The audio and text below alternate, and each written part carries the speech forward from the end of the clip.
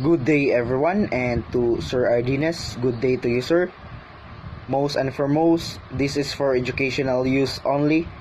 Our group is allowing our instructor, Mr. Roldan Ardines, to use this as an educational material.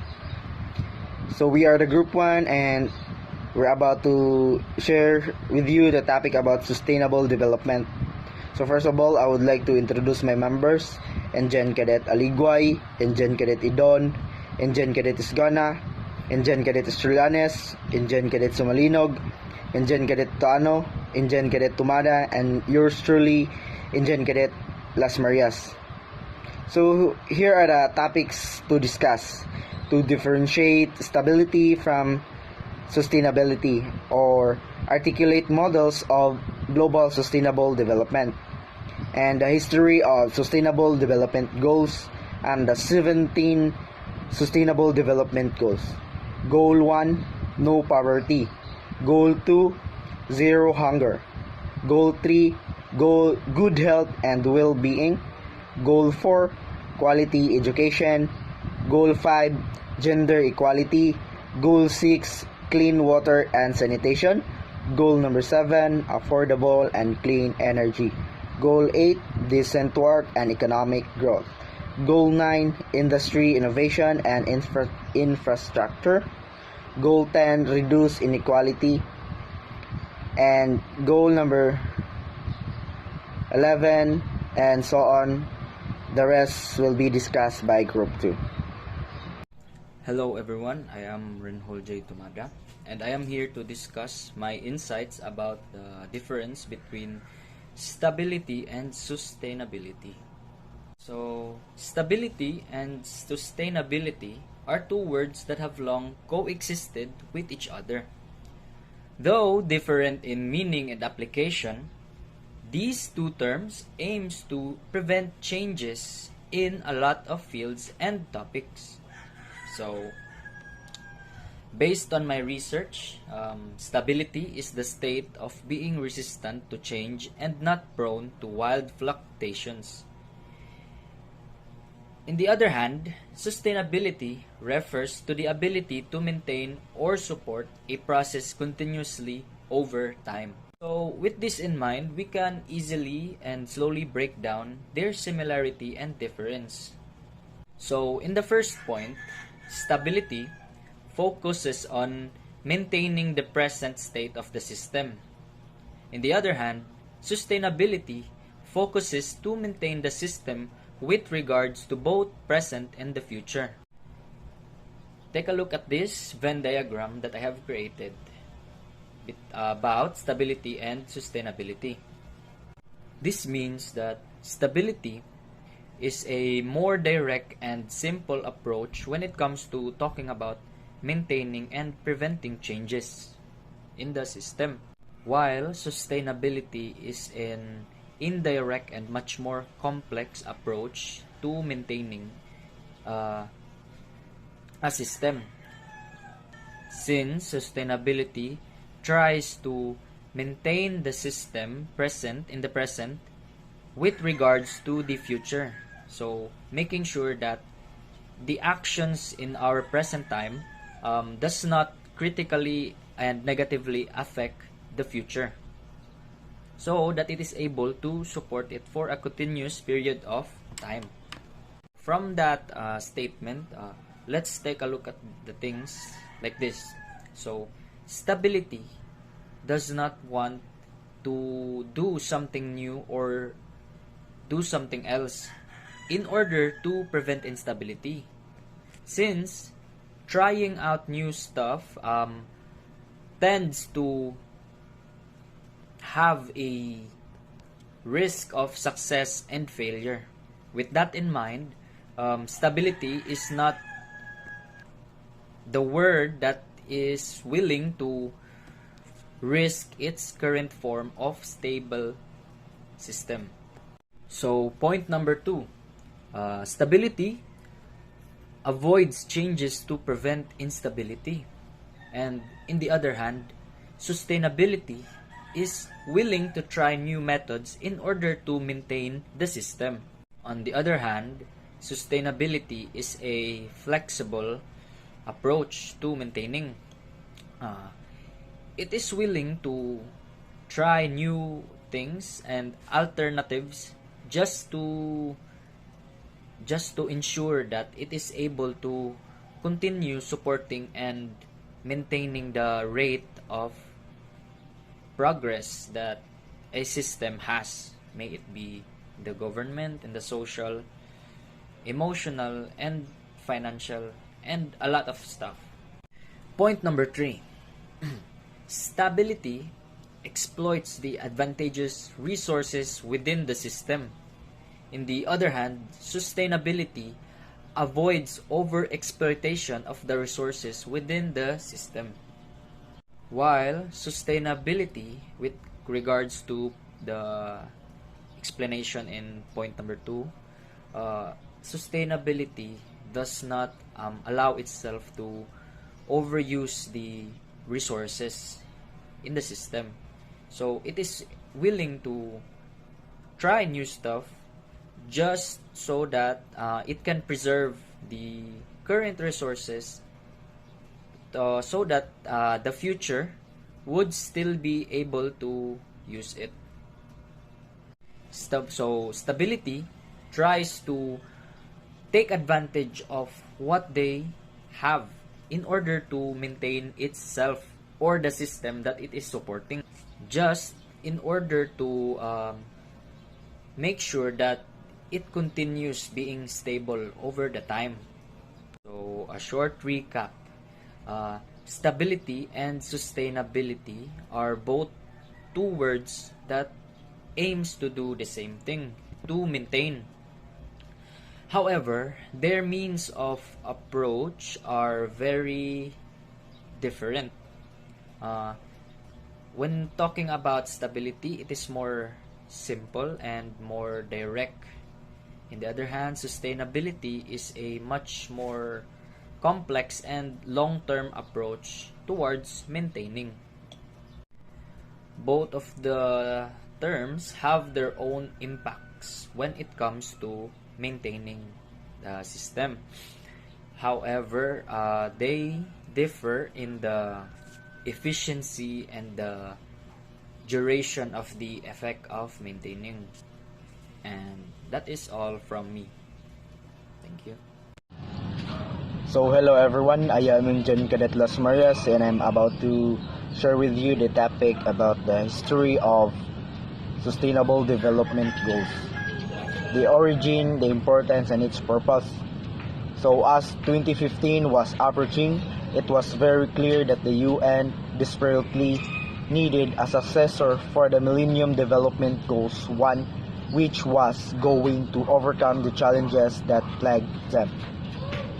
So in September 15, during the conference in New York, after 3 years of negotiations and battles, the UN showcased the blueprint to achieve a better and sustainable future for all, known as the Sustainable Development Goals. 193 countries of the UN Assembly committed to achieving the Sustainable Development Goals by 2030.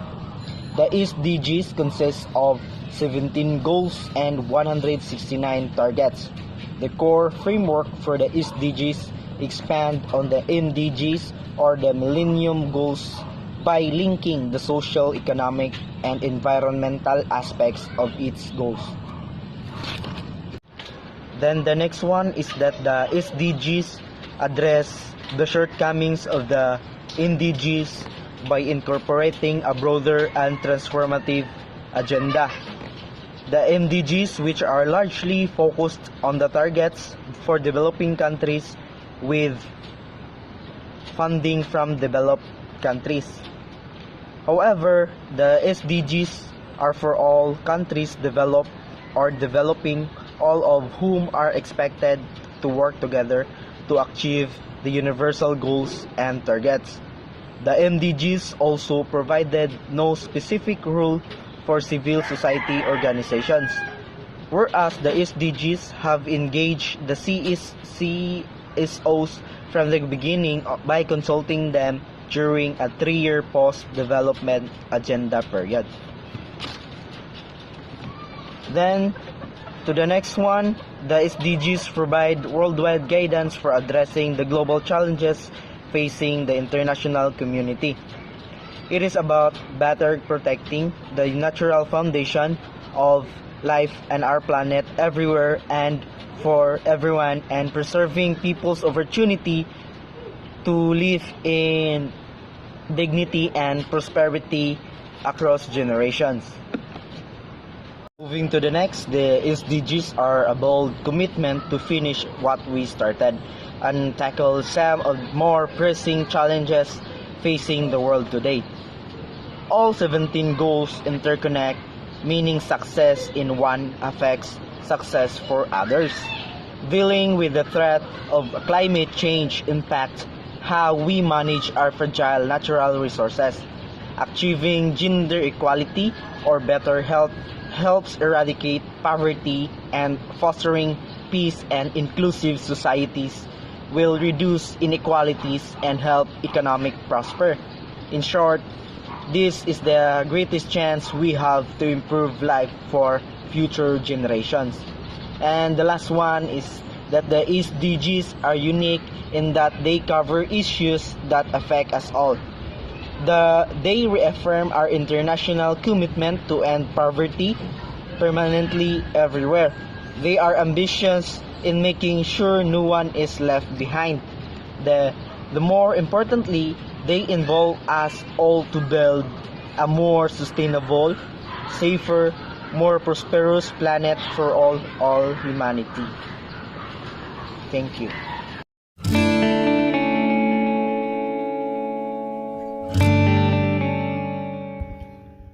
So, good day everyone. I'm Engine Cadet Gibson Samalinog, and my assigned topic is No Poverty and Zero Hunger, which is under in the 17 Sustainable Development Goals. So, let's start. So, the 17 Sustainable Development Goals, or the SDGs, also known as the Global Goals, were adopted by the United Nations in 2015 as a universal call to action to end poverty, protect the planets, and ensure by the 2030 all people enjoy peace and prosperity. And the year 2016 makes the first year to the implementation of the SDGs, or the Sustainable Development Goals. So first, we have the no poverty. So in no poverty, or SDG 1 aims to end poverty in all its forms everywhere. Its objectives include ensuring that the entire population, and especially the poorest and most vulnerable, have equal rights to the economic resources, access to the basic services and property, land, control natural resources, and new technologies. Eradicating poverty in all its forms remains one of the greatest challenges facing humanity. While the number of people living in extreme poverty by dropped more than half between 1990 and 2015, many are still struggling for the most basic human needs. So, the target of the no poverty. Although poverty has been reduced by half since 2000, it's still crucial to do so much more towards raising income and easing suffering for those in need. The targets for 2030 are to eradicate extreme poverty for all people everywhere. Second is to implement appropriate social protection system and measures. Then third, to ensure that all men and women have equal rights to the economic resources as well as access to the basic services. Then fourth, to develop the resilience of the poor and those in vulnerable situations and reduce their exposure and vulnerability to the climate-related, economic, social, and environmental shocks and disasters. Then, to ensure significant mobilization of resources through enhanced development cooperation. To create sound policy frameworks to support investment and poverty eradication in actions. So, data about poverty. So, as of 2015, about 736 million people still live on a less than $1.90 a day. So many lack of food, clean drinking water, and sanitation. Rapid growth in countries such as China and India have lifted millions out of poverty. but progress has been uneven. Like women are more likely to be poorer than men because they have less paid work, education, and own less property. Progress has been limited in other regions such as South Asia and sub-Saharan Africa, which account for 80% of those living in extreme poverty. New threats brought on by the climate change, conflict, and food security mean have even more work is needed to bring people out of poverty. So the SDGs are bold commitment to finish what we started to end the poverty in all forms and dimensions by 2030. So this involves targeting the most vulnerable, increasing basic resources and services, and supporting communities affected and climate-related disasters. So, causes of poverty. So, first, we have the inadequate access to clean water and nutritious food. So, these are the causes of poverty. So, we have inadequate to clean the water and nutritious food. So, like currently, more than 2 billion people don't have access to clean water at home, while there are 8 million suffer from hunger. You might think that poverty causes hunger and prevents people from accessing clean water, and you would be right. So, but hunger and water insecurity are also the big reason why people struggle to escape the extreme poverty. If a person doesn't get enough food, they may simply not have the strength and energy needed to work. Lack of access to food and clean water can also lead to preventable illness like diarrhea. And when people must travel far distances to clinic or spend what little money remains on medicine, it drains already vulnerable population of money and assets and can knock a family from poverty into extreme poverty. So even if a clean water resources are available, they are often located far from poor rural communities. This means that women and girls are currently spend some 200 million hours every day walking long distance to fetch water. The precious time that could be used working or getting an education to help secure a job later in life. So the second one is little or no access to livelihood or jobs. So this might seem a bit like no-brainer. Without a job or way to make money, people will face poverty. So, but it's easy to assume that if someone wants a job, they would have one. That just isn't true, particularly in developing and rural parts of the world. So, like for example, most of the population in rural communities where natural resources have been plundered over centuries, colonialism, which conflict over land disputes has forced people from the land they relied upon for food and money. Now, more than half of the country live in extreme poverty, while inconsistent work and low-paying jobs can land a family in poverty. Absolutely no work means that a family can get by without assistance. So, conflict. So, this is the third reason of the poverty. So, conflict can cause poverty in several ways. Large-scale protracted violence that we see in a place like Syria or in Iraq. Syria can grind society to a halt, destroy infrastructure, and cause people to flee, forcing families to sell or leave behind all their assets. So in Syria, around 70% of the entire population now lives below the poverty line in this country, where extreme poverty were once very rare. Women, so inequality. So the fourth one is inequality. So there are many different types of inequality in the world, from economic to social inequalities like gender, caste system, or tribal affiliation. But no matter the inequality, it generally means that the same thing, unequal or no access to the resources needed to keep or lift a family out of poverty. Sometimes inequalities are obvious, but in other situations it can be subtle. For example, the voice of certain people or groups might not be heard in the community meeting, meaning they don't get a say in important decisions. And regardless, these inequalities means that the people affected don't have the tools they desperately need to get ahead, and far already the vulnerable families. This can mean the difference between being poor or living in extreme poverty. The fifth one is the poor education. So not every person without an education is living in extreme poverty. But most of the extreme poor don't have an education. And why is that? So there's a lot of barriers stopping children from going to school. Many families can afford to send their children to school and need them to work early at their early age. So more still don't see a benefit in educating. Education is often referred to as the great equalizer.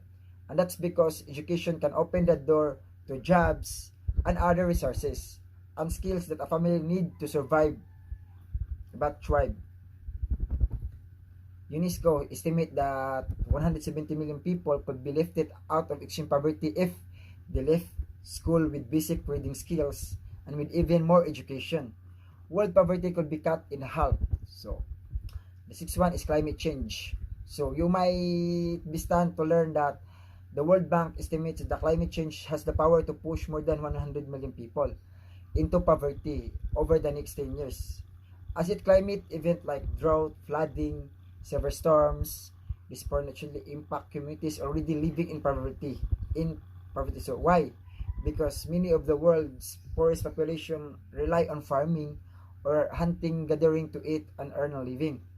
So they often have only just enough foods and assets to last through the next season, and not enough reserves to fall book in the event of poor harvest. So when natural disasters, including the widespread drought caused by the El Nino, leaves millions of people without food, so it pushes them further into poverty and can make recovery even more difficult.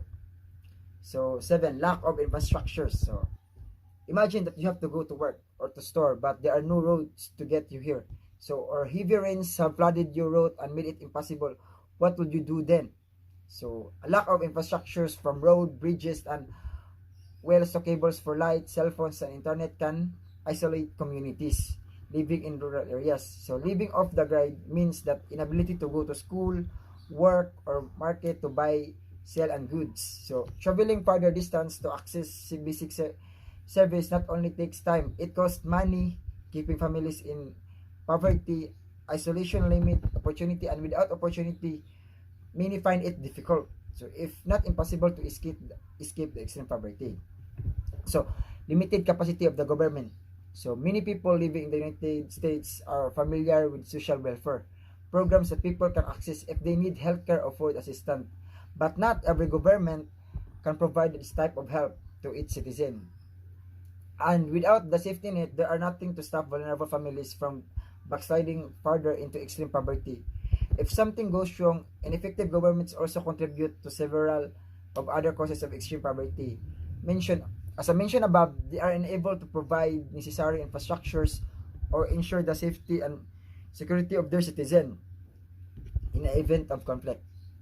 Lack of reserves. So, people living in poverty don't have this means to weather the storms of life. So, when there is a drought or conflict or even illness, there is a little money saved or assets on hand to help. So example in Utopia, repeated cycles of drought have caused harvest after harvest to fail, causing a widespread hunger crisis. To cope, families will pull their children from school and sell off everything they own to eat. So they can a family make it through on one bad season, but not one another. So next is so actions taken to stop the poverty. So the SDG fund. So they have the fund. So the SDG fund supports the initiative that tackle poverty from a multi-sectoral perspective and address the following dimensions. So the government have the fund to they create opportunities for good and decent jobs and secure livelihoods. The third one is support inclusive and sustainable business practices. And the third one is promote better government policies and fair and accountable public institutions.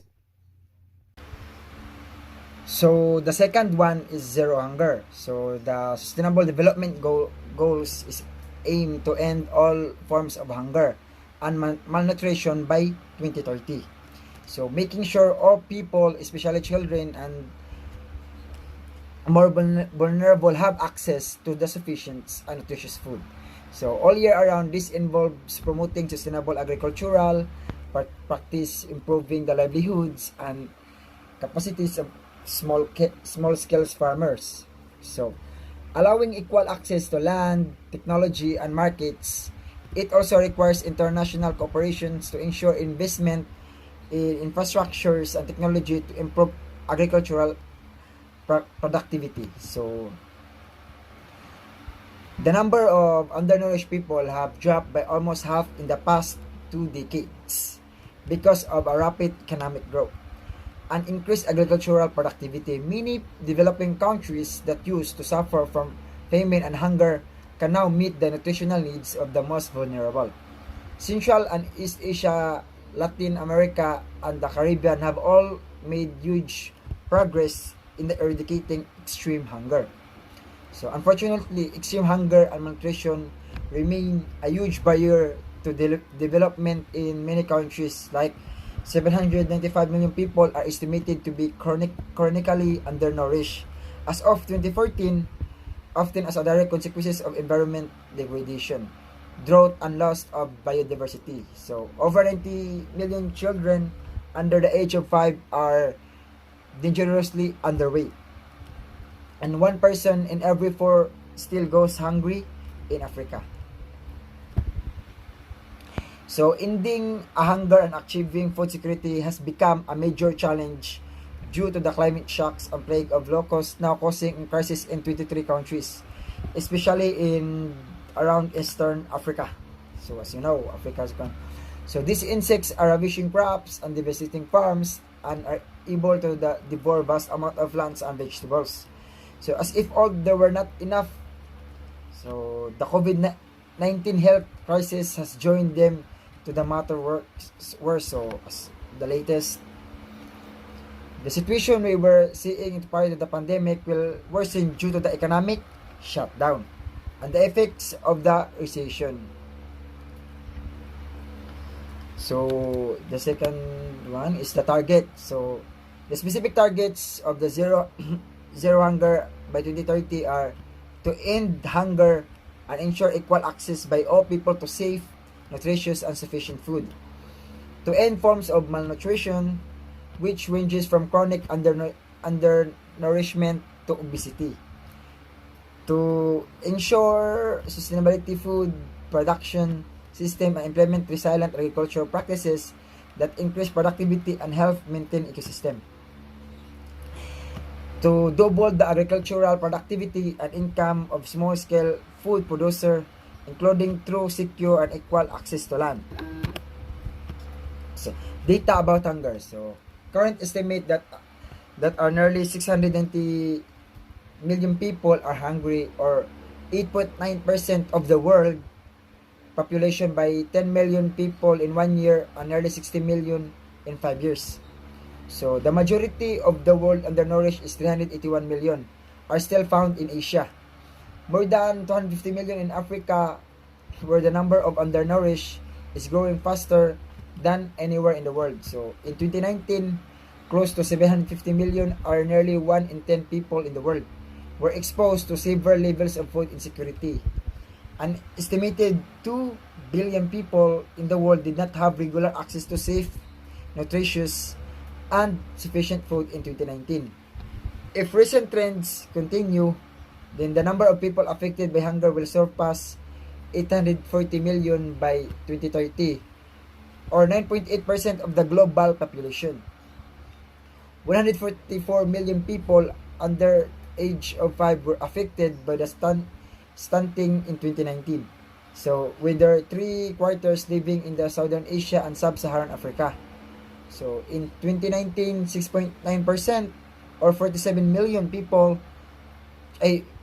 children under 5 were affected by wasting or acute undernutrition, a condition caused by the limited nutrients intake and infection.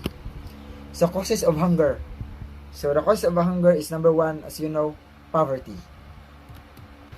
So, causes of hunger. So first, we have the poverty. So poverty and hunger exist in a vicious cycle. Like families trapped in a cycle of poverty usually can't afford nutritious food, leading them to undernourishment. In turn, undernourishment makes it difficult for people to earn money, like so they can afford unhealthy food. Families living in poverty might also sell of their livestock or tools to supplement their income. So this buys short-term relief but perpetuates a longer-term patterns of hunger and poverty that is often passed down from parents to children. The second one is food shortage. So across regions like the Sahel and Horn of Africa, harming families experience periods before harvest known as a hungry season. So these are the times you or when the food supplies from the previous harvest are exhausted, but the chance to replenish the supplies is still some time off. This leaves families forced to skip one or more meals each day. So they eat will only 2 times a day or 1 times a day. So before the next harvest will be months away. So the third one is war and conflict. So as you know, if there's one and conflict and hunger from another vicious cycle relationship in South Sudan, civil war was lead to mass displacement and abandon of fields. So the result is crop failure, which combined with a soaring inflation rates that makes imported food unaffordable. So and it has left 7.2 million people in a food crisis. And then the fourth one is climate change. So climate change, it affects like countries like Zambia enjoy relative peace and political stability. However, they are also plagued by hunger due to the climate change. And so poor nutrition. So the fifth one. So hunger isn't simply a lack of access to food. It is a lack of access to the right nutrients. In order to thrive, human needs a range of food providing a variety of essential health benefits. So families living in poverty often rely on just one or two more staple foods like corn or wheat, which means they are not getting the enough critical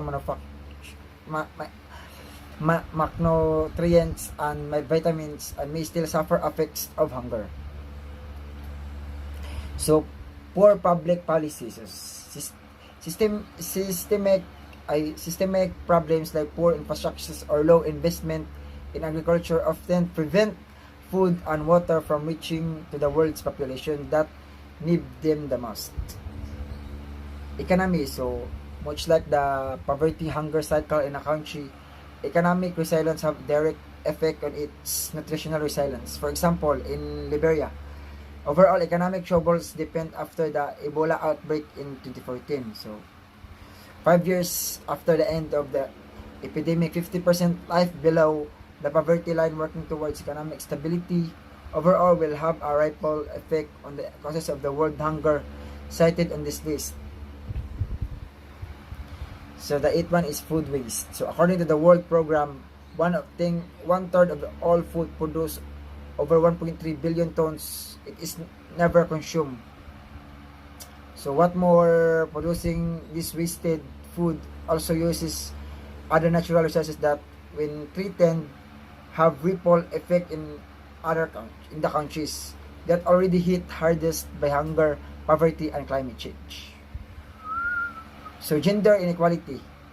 So in its Sustainable Development Goals, the UN reveals if women farmers had the same access to the resources as men, the number of hungry in the world could reduce by up to like 150 million.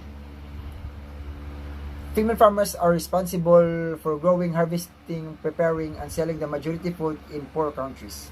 So women are on the front lines in the fight against hunger, yet they are frequently underrepresented at the forums where important decision and policy resources are made. So actions taken to stop the hunger. So first one is food donations. So one of the simplest way to combat the world hunger is initiate more food collection drives, and a can of food may seem like a small step, but even a small step can make a huge difference in someone's life. So urban farming. So agricultural researchers believe that building rooftop indoor farms in the middle of cities could help solve the world hunger problem Experts say that the vertical farming could feed up to 10 billion people and make agriculture independent of the weather and need for land. Sustainable farming. The fourth one is government intervention. Another way to fight global hunger is to encourage foreign nations to be more focused on the government interventions program like this that provide food to mothers and children in poor areas. Birth control education. So, because many people are not educated on reproduction or do not have the access to contraceptives, high birth rates pose a problem. So, gaining access to contraceptives allow for family planning, economic freedom, and reduce world hunger. Access to credit. So, if companies do not have the credit, they can start up industries that help combat global poverty. So, in the past few years, more people in the countries have gained access to credits. Most of the credits loan are repaid, and they have created many industries like farms that helps create sustainable provisions for the people and also develop economically. So access to education. So a better education system is the answer to the most of the world's problem. In the context of the world hunger, education can provide opportunities and more access to income and food. Additionally, some countries have food for education programs where students are given free food for coming to school. Hi everyone, my name is Ijan Kadataligway and I am about to discuss the goal 3 and goal 4. So first is the goal 3. So goal 3 is about good health and well-being. So good health is central to human happiness and well-being that contributes significantly to prosperity and wealth and even economic progress, as healthy populations are more productive, save more, and live longer. So the goal addresses all major health priorities, including reproductive, maternal and child health, communicable, non-communicable and environmental diseases, universal health coverage and access for all to safe, effective, quality, and affordable medicines and vaccines.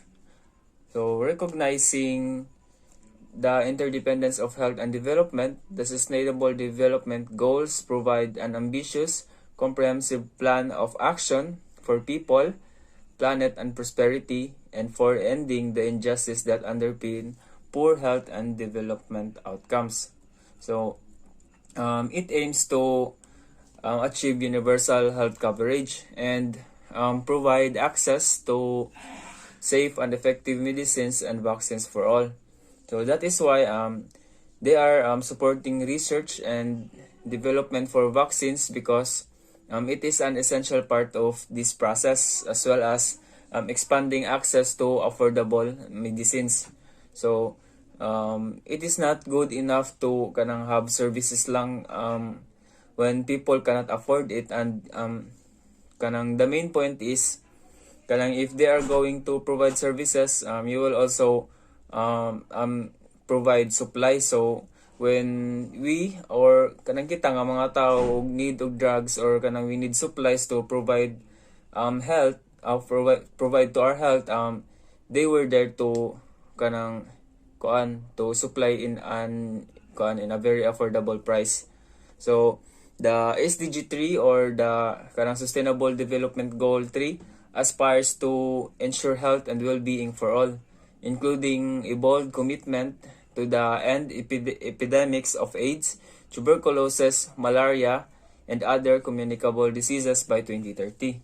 So, since the creation of the Millennium Development Goals, there have been historic achievements in reducing child mortality, improving maternal health, and tackling HIV and AIDS, tuberculosis, malaria, and other diseases. In 15 years, the number of people newly infected by HIV each year has dropped from 3.1 million to 2 million, and over 6.2 million lives were saved from malaria. Since 1990, maternal mortality fell by 45%, and the worldwide there has been an over 50% decline in preventable child deaths globally. So, kuansad ka ng despite sa kaning incredible progress, so AIDS is the leading cause of death among adolescents in sub-Saharan Africa. And 20 million people living with HIV are not accessing life-saving antiretroviral therapy. New HIV infections continue to rise in some locations and in populations. They are typically excluded or marginalized. So today, the highest incident of HIV occurs in the adult singles in Africa. So to prevent that, kanang in my own opinion lang, kanang I think they will give them the or kanang they will give them or they should give them the information or kanang the knowledge and services to prevent it. Like example kanang mo connect sa students to i-connect ang students to kanang health services that include kanang HIV testing and counseling. Yeah, kuan ang effective way para sa tanan is the orientation about kanang HIV and AIDS, kanang prevention in kanang barangay, not just kanang annually but much better if kanang every month. So those are things that we can do, and young people need to know about their bodies and kanang comprehend sexuality education and access to kanang services so we can prevent many things. So if kanang the government can do it, then ang kanang they done a great thing. Yeah, because of this kaning issue is kanang there's something that comes into my mind and on how to assist kanang this health issue. So I think it is important for us to be able to provide good nutritional advice to people, so they will eat well balanced food and kanang they will eat enough fruits and vegetables, and they have a balanced diet with kanang micronutrients, and especially the health awareness that focuses on kanang mo prevent sa mga diseases like sa mutanan sa mga HIV, mga communicable sa mga dili lisod kay tambalan, and kanang it can be achieved if the kanang government set their minds to it, because the majority of kanang what we're discussing here is kanang something we're doing right now.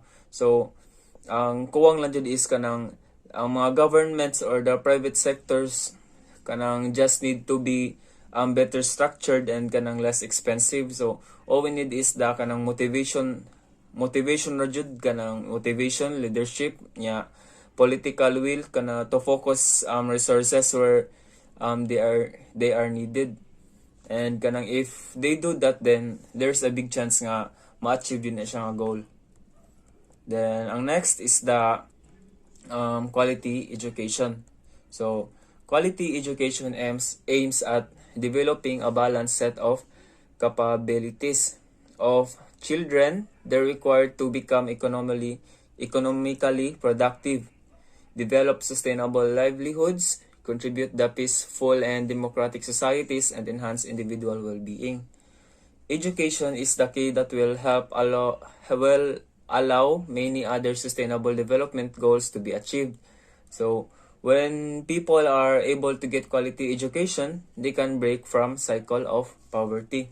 So think about nganong natay education karon. So daghan kayo reason why we have education, and one of those reason or kanang common, especially diri sa Philippines sa ato country, is kanang because we think that kung mo graduate ka or kita it will help us kanang get good jobs or kanang better jobs, and it also helps kanang helps us to be healthier, especially sa mental health and even sa physical or kanang kay since namantay kanang enough nga kanang income tungod sa atong better nga jobs, is ang mahitabo is kanang dili limited ato mga pagkaon, like we can buy healthy foods, and kanang also sad if masakit makapalit ra tag mga medicines, and kanang it also helps society be more kanang peaceful. It also helps countries be more kanang secured, have less fighting, but all of those good reasons are magnified. So they are much bigger in education. So riches, it's important and at the most is not kanang kanang it's not reaching kanang everybody, so it's not reaching sa mga children's kanang ay emergencies, it's not reaching disabled children, and it in kuan kanang it doesn't kanang reach girls side. So if ato na siya about today sa kaning kuan sa kanang about sa girls, if we will close that gap kanang between gender, so and help each other in a society, kuan we will have more peaceful societies. Likewise, if we have better educated societies, particularly better educated girls, they also have healthier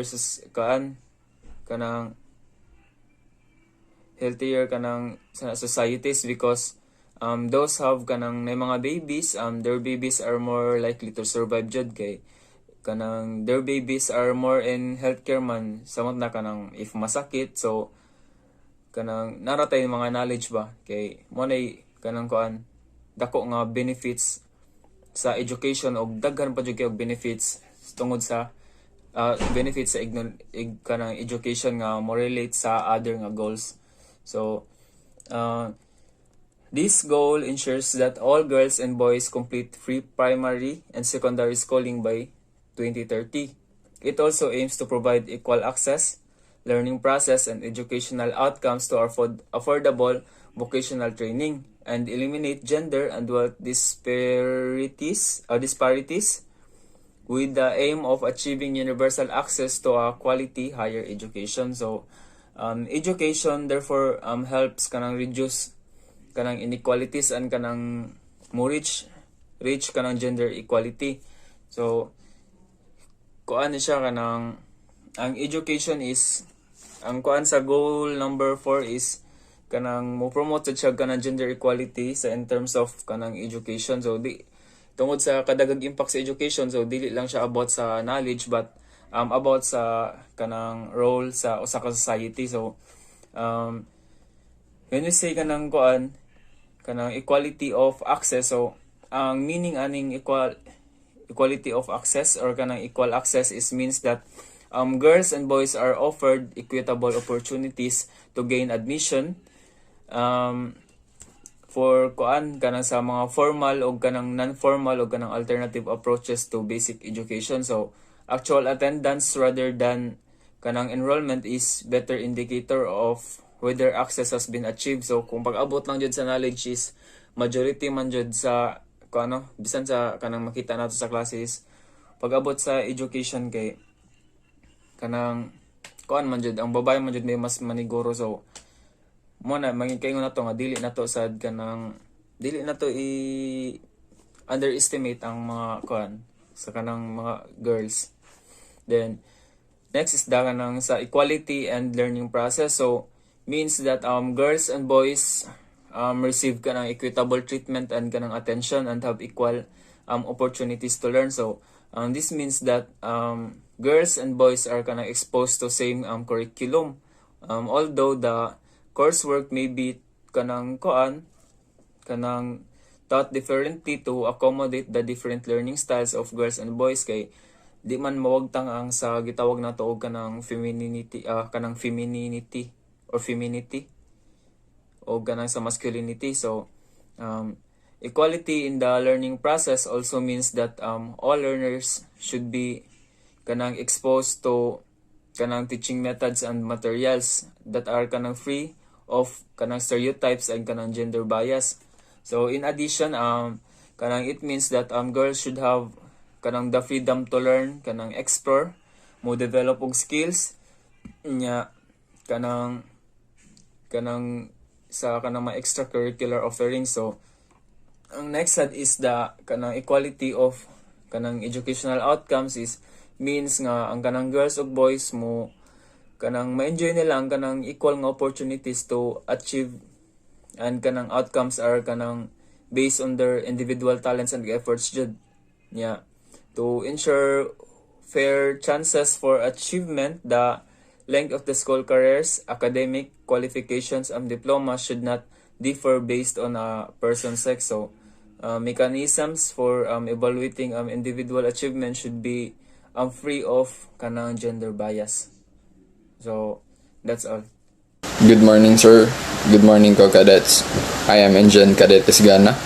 I will be reporting gender equality and clean water sanitation. Gender equality is not only a fundamental human right, but a necessary foundation for a peaceful, prosperous, and sustainable world. There has been progress the last decades. More girls are going to school. Fewer girls are forced into early marriage. More women are serving in parliament and positions of leadership. And laws are being reformed to advance gender equality. Despite these gains, many challenges remains. Discriminatory laws and social norms remain pervasive. Women continue to underrepresented at all levels of political leadership. And in 1 to 5 women girls between the ages of 15 and 49 report experiencing physical or sexual violence by an intimate partner within a 12-month period. The effect of the COVID-19 pandemic could reverse the limited progress that has been made on gender equality and women's rights. The coronavirus outbreak exacerbates existing inequalities for women and girls every sphere, from health and the economy to security and social protection. Women play a disproportionate role in responding to the virus, including as frontline healthcare workers and carers at home. Women's unpaid care work has increased significantly as a result of school closure and in the increased needs of older people. Women are also harder hit by the economic impacts of COVID-19 as they disproportionately work in insecure labor markets. Near 60% of women work in the informal economy, which puts them at the greater risk of falling into poverty. The pandemic has also led to a step increasing in violence against women and girls. With lockdown measures in place, many women are trapped at home with their abusers, struggling to access services that are suffering from cuts and restrictions. Emerging data shows that since the outbreak of the pandemic, violence against women, and particularly domestic violence, has intensified.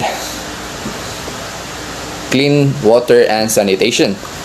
While substantial progress has been made in increasing access to clean drinking water and sanitation, billions of people, mostly in rural areas, still lack these basic services. Worldwide, 1 in 3 people do not have access to safe drink water.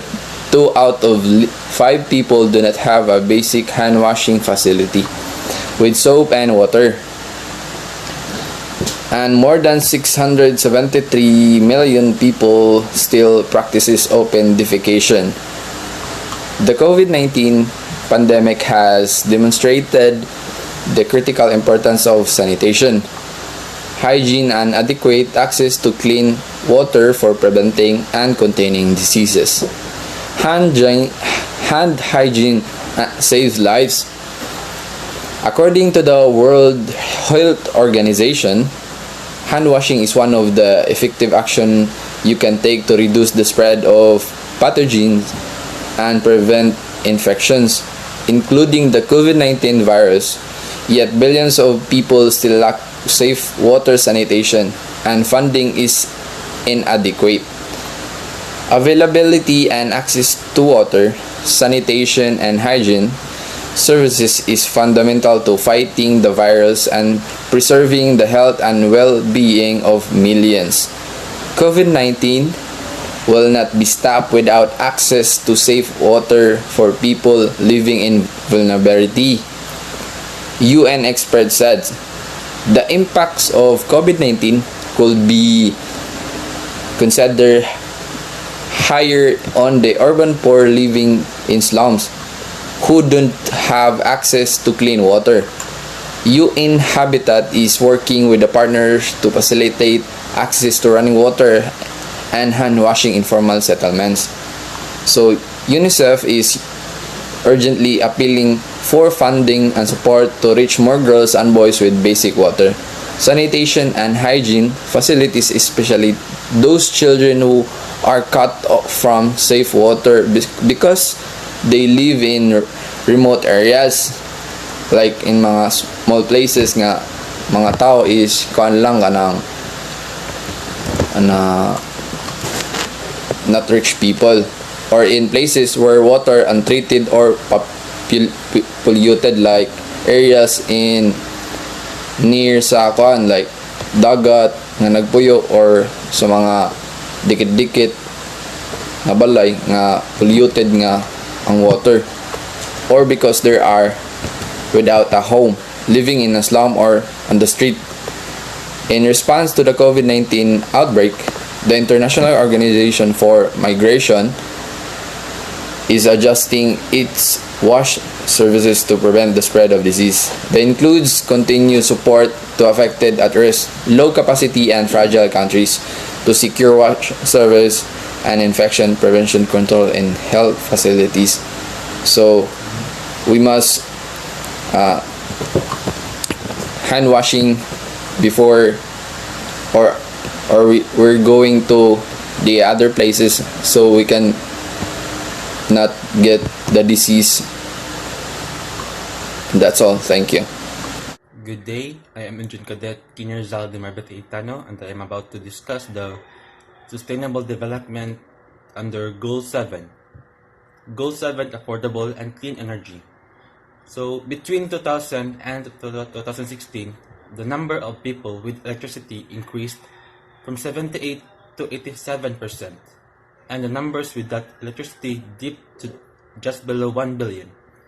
Yet, as the population continues to grow, so will the demand for the cheap energy, and an economy reliant on fossil fuel is creating drastic changes to our climate. So, investing in solar, wind, and thermal power, improving energy productivity, and ensuring energy for all is vital if we are to achieve SDG 7 by 2030. So, expanding infrastructure and upgrading technology to provide clean and more efficient energy in all countries will encourage growth and help the environment. So, in maritime industry, Goal 7, IMO contributes to international cooperation to facilitate access to clean energy research and technology. In particular, energy efficiency and advanced cleaner fossil fuel technology, and promotes investment in energy infrastructure and clean energy technology. So, one important example is the Global Maritime Energy Efficiency Partnership, or GLOMEP, a joint project of the Global Environment Facility, or GEF, and United Nations Development Program, or UNDP, and IMO.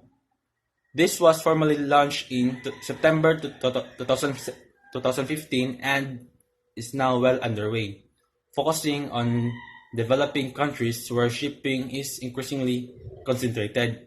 So GLOMEP is creating global, regional, and national partnership to build capacity to address maritime energy efficiency and for countries to bring this issue into the mainstream within their own development policies and dialogues. So next is Goal 8, Decent Work and Economic Growth. So, over the past 25 years, the number of workers living in extreme poverty has declined dramatically, despite the lasting impact of the 2008 economic crisis and global recession. In developing countries, the middle class now makes up more than 34% of total employment, a number that has almost tripled between 1991 and 2015. However, as the global economy continues to recover, we are seeing slower growth, widening inequalities, and not enough jobs to keep up with the growing labor forces. According to the International Labour Organization, more than 200 million people were unemployed in 2015. Next is the SDGs promote sustained economic growth, higher level of productivity, and technological innovation. Encouraging entrepreneurship and job creation are key to this, as are effective measures to eradicate forced labor, slavery, and human trafficking. So, with these targets in mind, the goal is to achieve full and productive employment and decent work for all women and men by 2030. So, the goal 8 in maritime industry. Today, we all depend on seafarers for most of the things we take for granted in our everyday lives. Over 1 million seafarers operate the global fleet. They bring both essentials and luxurious of life to billions of people. Shipping is essential to the world, but there would be no shipping without seafarers. So a concern for seafarer welfare, both as employees and as individuals, can be seen in IMO's continuing work on issues such as fatigue, fair treatment and liability, and compensation for seafarers. Not to mention the annual Day of Seafarer, celebrated each year on June 25th, when IMO campaigns globally to give wider recognition to seafarers. So IMO also cooperates with the International Labour Organization, or ILO, to address various issues concerning health services and social security protection for seafarers. That's all for my report. I'm Engine Cadet Jerome Estrianis, so I'm going to report about Goal 9. So what is Goal 9? So Goal 9 is build resilience infrastructures, promote sustainable industrializations, and foster innovation. So a functioning resilience and infrastructure is a foundation of every successful community to meet future challenge. Or industries and infrastructures must be upgraded. For this, we need to promote innovative and sustainable technologies and ensures equal and universal access to information and financial markets. This will bring prosperity, create jobs, and make sure that we build stable and prosperous societies across the globe. And we have the targets that everyone can help to make sure that we meet the global goals. We can use these 8 targets to create actions to build resilience infrastructures and promote inclusive and sustainable industrializations and foster innovations. So the first target is sustainable, resilient, and inclusive infrastructure. So the goal of this target 1 is to develop quality, reliable, sustainable, and resilient infrastructures, including the regional and transborder infrastructure, with a focus on affordable and equitable access for all by 2030. So the second target is promote inclusive, sustainable, and industrializations. The goal of the target 2 is by 2030 significantly rise industry shares of employment and gross domestic product in line with national circumstances and double its shares in less developed countries. So the third target is increase access to financial service and markets. The goal of the target 3 is to increase the access of small scales and industrial and other enterprises, in particular in developing countries, to financial service, including affordable credit by 2030. Like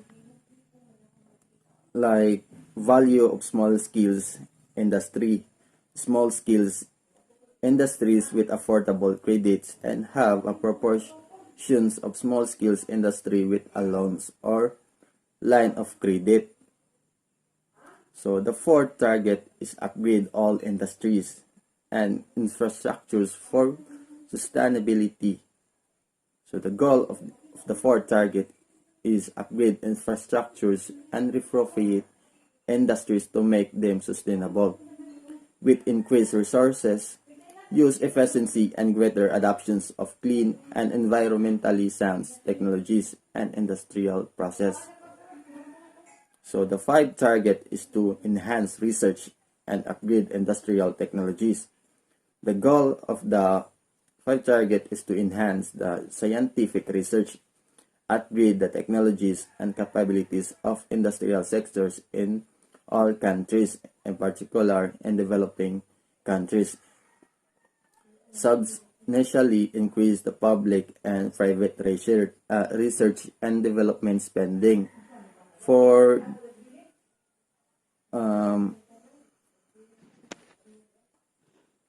to increase the knowledge, including knowledge of humanity, cultures, and societies, and use of knowledge for new application. The seventh target is to support domestic technologies, development, and industrial diversification. The goal of the Target 7 is to facilitate sustainable and resilient infrastructures development in developing countries through enhanced financial, technological, and technical supports to countries, less developed countries, and lack developing countries, and small island developing states by 2030. And lastly, the eighth target is universal access to information and communications technology. So the goal of this target is to support domestic technology, technology development, research, and innovations in developing countries, including and by ensuring conducive policies environment for inter-area industrial diversifications and value additions for communities. Cadet Idon, and today my topic is in sustainable development is to reduce quality. Sustainable development goal 10 aims at reducing inequalities within and among countries. So according to the United Nations SDG, or the Sustainable Development Goal, calls for reducing inequalities in income as well as those based on age, sex, disability, race, ethnicity, origin, religion, or economic or other status within a country. And it needs to reduce inequalities because it threatens long-term social and economic development, harms poverty reduction, and destroy people's sense of fulfillment and self-worth. And the United Nations do everything in order to reduce the inequality within and among countries because it gives impact on sustainable development. They ensure that people everywhere have access to essential service and social protection. And the best example is addressing the COVID-19.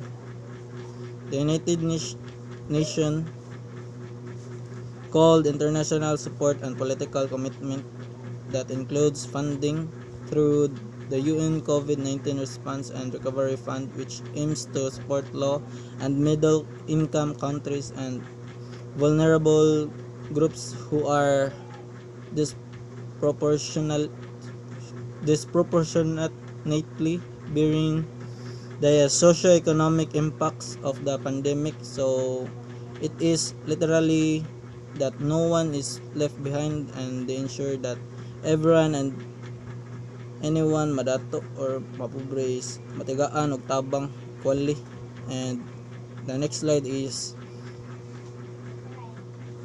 talks about the targets of reducing inequalities. Everyone can help to make sure that we met the global goals, and there are 10 targets to create action to reduce inequalities. And the first one is the reduce income inequalities. This means reduce directly by decreasing the income of the richest or by increasing the income of the poorest. Policies na nakafocus in increasing employment or wages sa mga pobre. The second is promote universal social, economic, and political inclusion.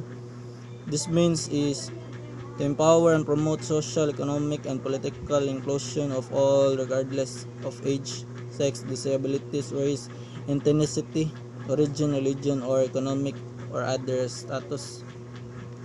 The third one is ensure equal opportunities and end discrimination.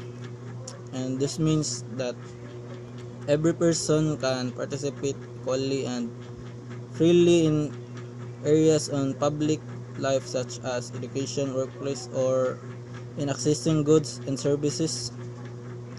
The fourth one is adopt fiscal and social policies that promote equality, like adopt policies, especially fiscal wages and social protection policies, and progressively achieve greater equality.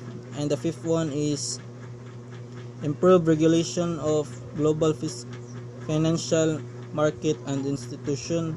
In order to strengthen the implementation of such regulations, it needs focus on providing stability to the financial system, fair competition, consumer protection, and the prevention and reduction of financial crimes. The next is enhance representation for developing countries in financial institutions. This means is to ensure enhanced representation and voice out of developing countries in terms of decision making in global, international, economic, and financial institution in order to deliver more effective, credible, accountable, and legitimate institution. The seventh one is responsible and well-managed migration policies.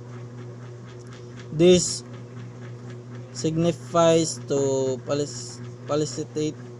facilitate an orderly, safe, regular, and responsible migration and mobility of people, including through the implementation of planned and well-managed migration policies. And the next is special and differential treatment for developing countries. This indicates implementing the principle of special and differential treatment for developing countries, in particular less developed countries, in accordance with World Trade Organization agreement. The next is encourage development assistance and investment in less developed countries. Encourage official development assistance and financial flows, including foreign direct investment to states where the need is greatest, in particular less developed countries, in order to help them. And the last one is reduce transaction costs for migrant remittance according to the global goals by 2030, reduce to less than 3% the transaction cost of migrant remittance, and eliminate remittance corridors with costs higher than 5%. The next slide is about ways on how to reduce inequalities. So we cannot achieve sustainable development and make the planet better for all if people excluded from the chance for a better life. But if we want to have a peaceful and healthy life, then we can achieve equality for everyone. So the first one is the foster proper fiscal policies and develop fair and transparent tax system. This will benefit to the poor because a proper fiscal strategy ensure that growth leads to a more equal distribution. The next is enhance social services and ensure access to social protection. This is a set policies and programs designed to reduce poverty and unsafe by promoting efficient jobs and protects children and adults from harm, promote human rights and well-being to improve people lives. So the third is empower and promote inclusive social and economic growth. Within countries also, it is important to empower and promote inclusive social and economic growth so we can ensure equal opportunity and reduce inequalities of income if we eliminate discrimination laws, discriminatory laws, policies and practices. And the next one is increase economic inclusion and create decent work and higher income. So this way can contribute to improve livelihoods for people around the world. And the next is facilitate safe migration and mobility and tackle irregular migration. Governments and other stakeholders can also promote safe, regular, and responsible migration, including through planned and well-managed policies. The last one is among countries, we need to ensure that developing countries are better represented in decision making on global issues. So